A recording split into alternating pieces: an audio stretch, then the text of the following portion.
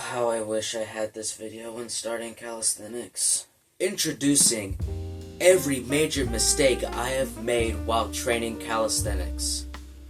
So far, I'm far from perfect, so learn from my mistakes. Mistake 1. Overcomplicating training. When I started advancing from beginner to proficient in calisthenics, I was all over the internet, so I was exposed to all of these different movements, all of these different routines, all of these different planes of motion to target all of these different muscles, and I needed every single one of them. You shouldn't need 5 different compound movements to target each individual muscle just because it targets that one muscle a little bit more.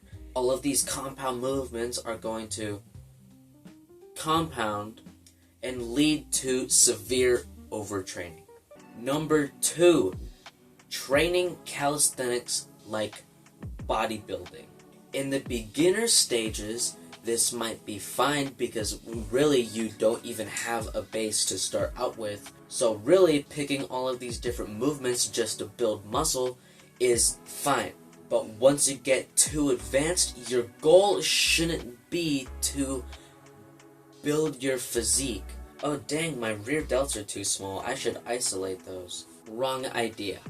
If your back is too weak, if your rear delts are limiting your back functionality, then sure, isolate them. But if they're not, there's no reason why you should want to.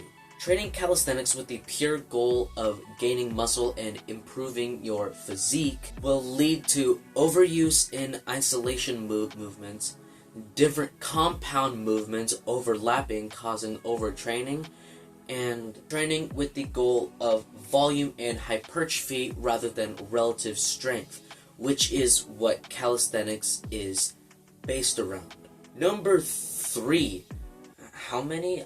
I've got like 12 of these. Number 3, not training shoulders as a beginner. Now, this might seem like a pretty obvious mistake, but when I was a beginner, I too treated calisthenics like bodybuilding, and I was obsessed with having a big chest and arms.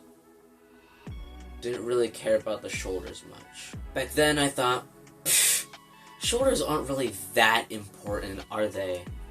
They're trained a little bit in the push-up. Your delts are some of the most important muscles when it comes to calisthenics. Train your shoulders. Pike push-ups, pike holds, pike leans, just train your shoulders.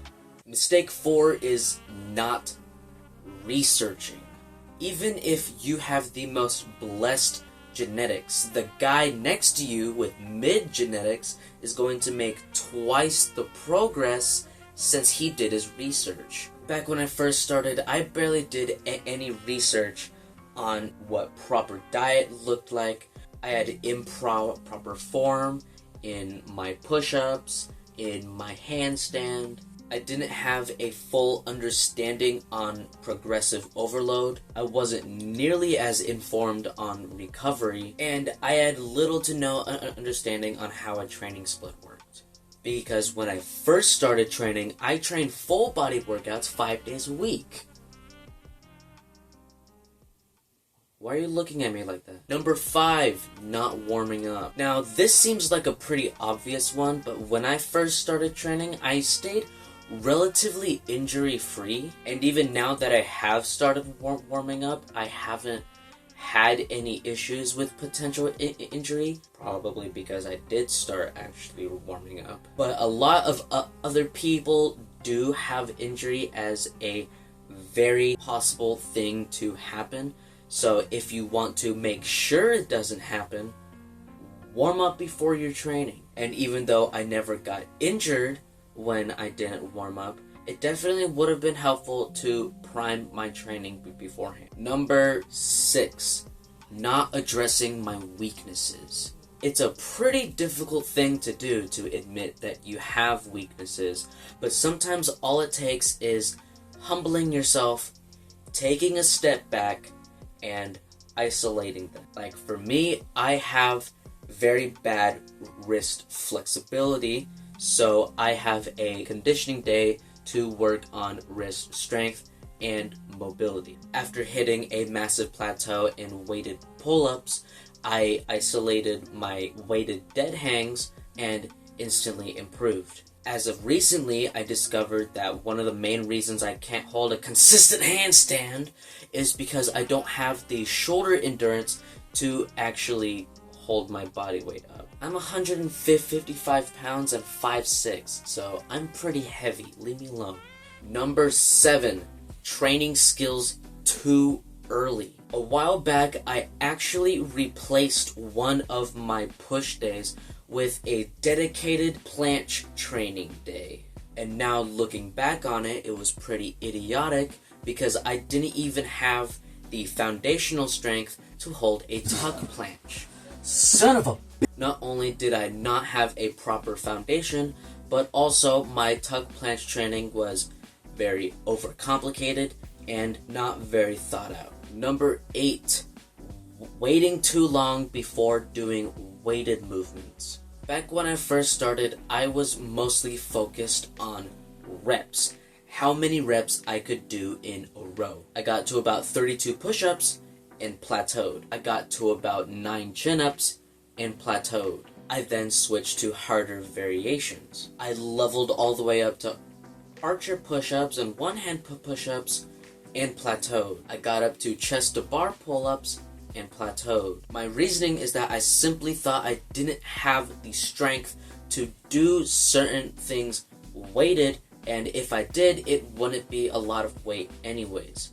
But once you can do about 10 plus reps of a movement, you're ready for weighted. Doing your movements weighted is one of the best ways to actually progress in a movement and apply progressive overload to the movement. Weighted movements are very easy to track.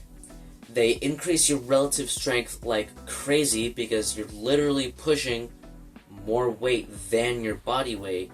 So your strength in that movement is going to explode. And it is a great way to progress once you have run out of body weight variations. And then number 9 is not utilizing weight. I get that calisthenics is training with your body weight, but if you limit your training to only body weight exercises to target your desired muscles, you are going to have a very limited portfolio of movements to choose from. Not only is it very limited, but a lot of the times it's not as efficient as doing it with weights. Utilizing weights for isolation has helped me isolate my arms a bit more and has in turn improved my other lifts because I could very easily target these muscles that could be limiting some of my other compound lifts and even improve my physique.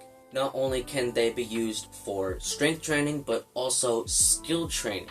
With weights, you can very easily specify the intensity and the load that you're putting your muscles under without a lot of variability.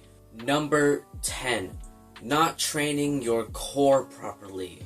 Yes, like everyone else, I fell into the trap of core circuits. But I will admit it was only for a short time and I learned pretty quickly that it wasn't working. Your core is just like any other muscle and needs increased load over time to get stronger. Not more reps of the 100 rep circuit that you do on your floor. Not 10 more seconds of that plank variation, but harder variations and actually intense movements will get you a strong core. Number 11. 11. Not optimizing recovery. If you have the perfect training routine but shit recovery, you're going to have shit gains. Your training is the hard work that you put into your physique and your strength, and your recovery is what you get out of it. If you treat your training over your recovery, you're not going to get anything. Think about it this way. Your training is your job, and you work daily at that job. Once you go home and eat your post-workout meal and then go to sleep, picture that as your paycheck. If your post-workout meal is nothing but shit food, and then you stay up all night scrolling so you get barely any sleep, you're not gonna get much out of your paycheck. Recovery first, training second. If you found this video helpful, you can go watch some of my other videos. And with that, don't look for excuses, look for opportunities.